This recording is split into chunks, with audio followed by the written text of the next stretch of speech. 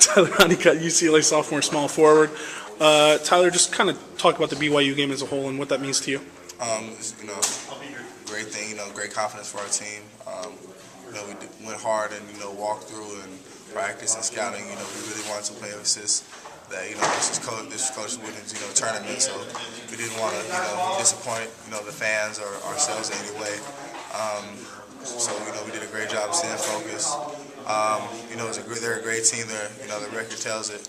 So to go out there and, get a big win against them, who, beat Arizona and so forth, is, a real confidence booster going into the Tyler, it seems like the difference between maybe an immature team and a mature team, or a good team and a great team, is not having to, quote unquote, get up for a game.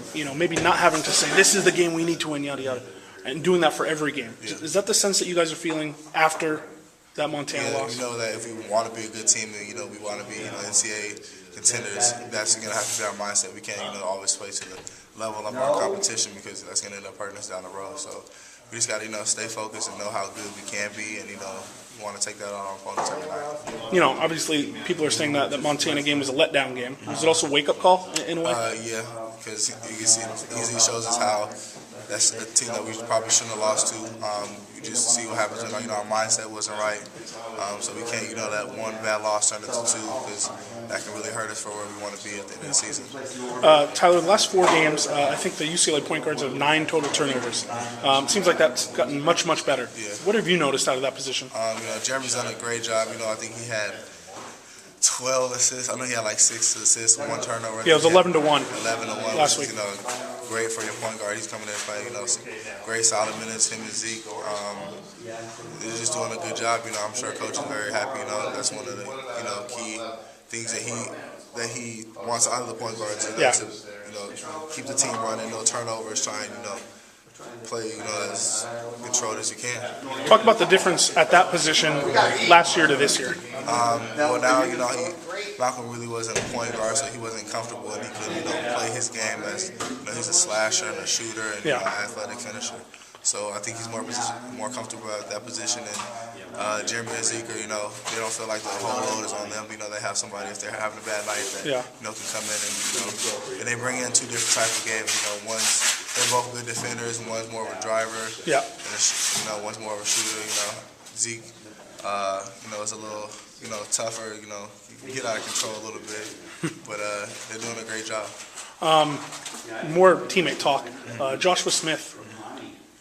Everyone keeps talking about him breaking out, but I kind of feel like we're waiting to see some crazy game out of him. Are you sort of waiting for that too? I know. I see him, in practice, and I know how good he can be.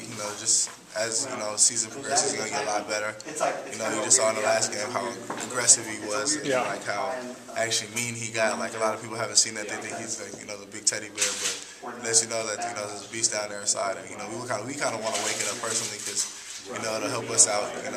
Do you ever try and kind of poke him and prod him and just kind of get him a little angry? No, we all talk smack to him, but he'll just talk right back. But not to the point where he gets angry, to the point where he saw. But I think as he understands, he's going against good players, so he's not gonna be able to just go and turn try and score over every player, because people are gonna draw fouls, and you guys are just as tall as him, so he's gonna have to go to the post moves that I know he has. He has great footwork for how big he is.